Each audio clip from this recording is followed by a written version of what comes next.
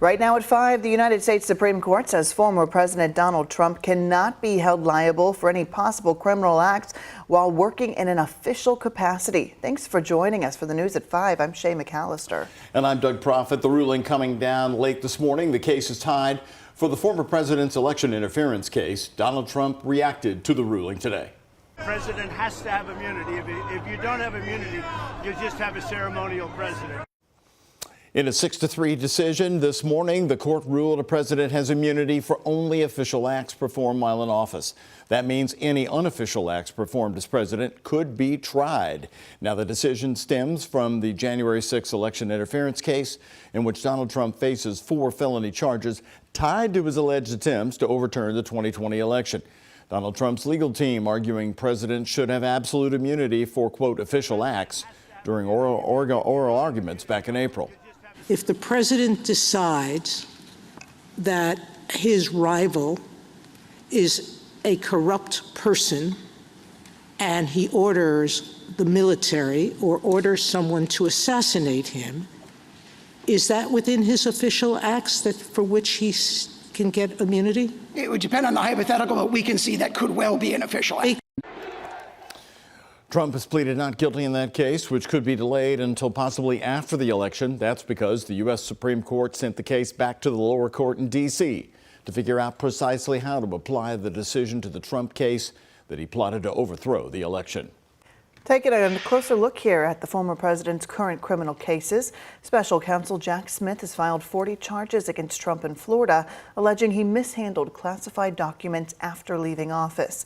Back in May, the judge rejected a request for a gag order in that case, and a trial date has not yet been set. And in Fulton County, Georgia, the former president and 14 others face state charges.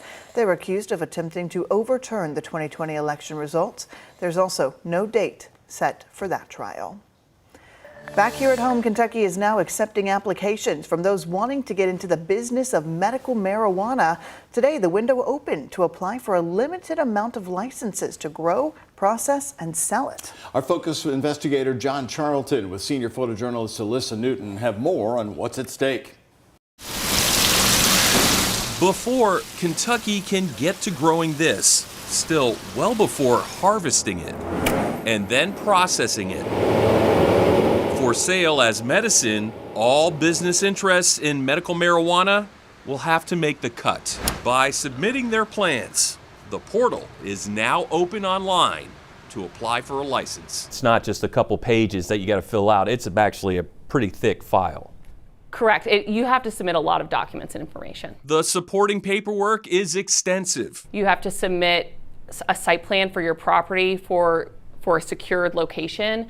You have to submit operational plans that comply with complex regulations. You have to submit a financial plan. And that's just to name a few. Attorney Kristen McCall and her Denton's law firm. So we are at the forefront of cannabis law in the country. Say there has been an influx of businesses reaching out for help, with application fees ranging from $3,000 to $20,000. An incomplete or inaccurate submission can be a costly mistake. The application fee is non-refundable. However, mistakes can be corrected during a so-called 10-day cure period. But it's important to note that there are some components of the application that take substantial time to obtain or to develop, such as sufficient capital or making sure that you have a qualified property with right title and interest in that property. So there are some deficiencies that might not be able to be cured in that 10-day period. What's at stake are licenses for 16 cultivators, 10 processors, and 48 dispensaries.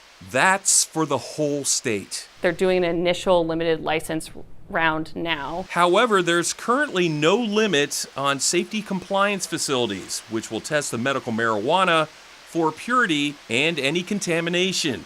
Even though the window is now open, it doesn't close on license applications until August 31st. It's not first come, first serve, so McCall says there's no real advantage to applying on day one. Technically, the regulators can amend the regulations or issue further guidance on the licensing regulations, anytime in July. So it actually might be more advantageous for businesses to wait until later in July or until August to file their application. Once an application is filed, the Kentucky Medical Cannabis Program has 15 days to acknowledge receipt of it. Then, as many as 45 days more to learn if that application is approved or denied.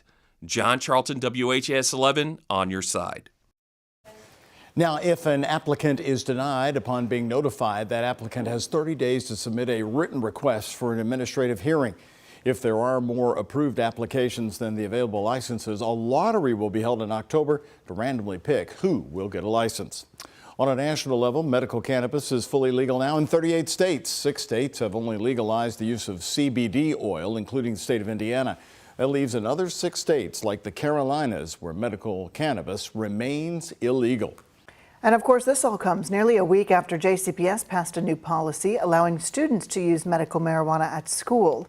Students must have one of 20 medical conditions outlined in the state law, and it cannot be smoked. It must be ingested by gummy, oil, or pill.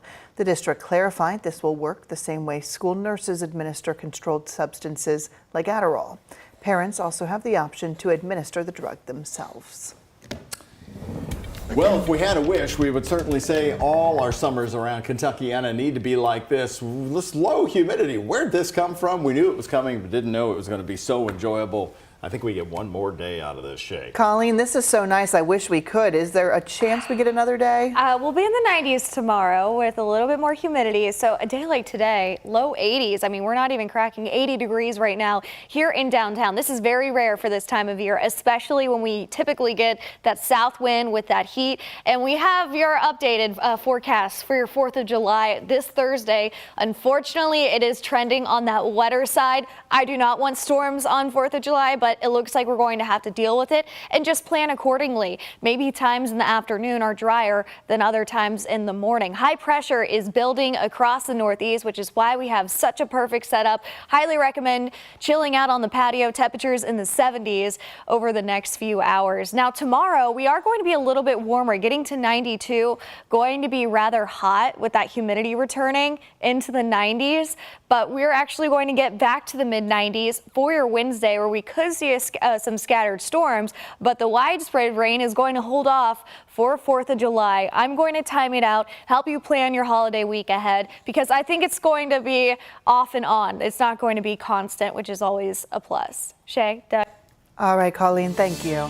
Federal agents asking for your help today. The Bureau of Alcohol, Tobacco, and Firearms is offering a $5,000 reward for tips that lead to the arrest of 3 burglary suspects. Take a look here at your screen. According to the ATF, Jeffersonville police responded to an alarm call at Kentuckiana Gun Store around 6 yesterday morning. Security footage shows the 3 men entering the store wearing masks. The ATF says the men stole several firearms and then escaped in a red car. You see that car right here. Anyone with information about those men, where they might be, can call the tip line at 1-888-ATF-TIPS. You can also email atftips@atf.gov.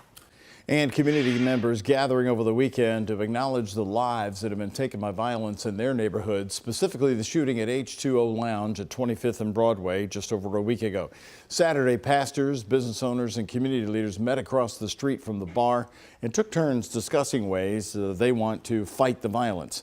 LMPD is still looking for the suspect who shot 7 people and killed another outside the lounge. If you can help them, the anonymous tip line's 574-LMPD. Today, New Albany City Council is set to resume discussions about the removal of the Silver Creek Dam. Last week, the council decided to table the resolution.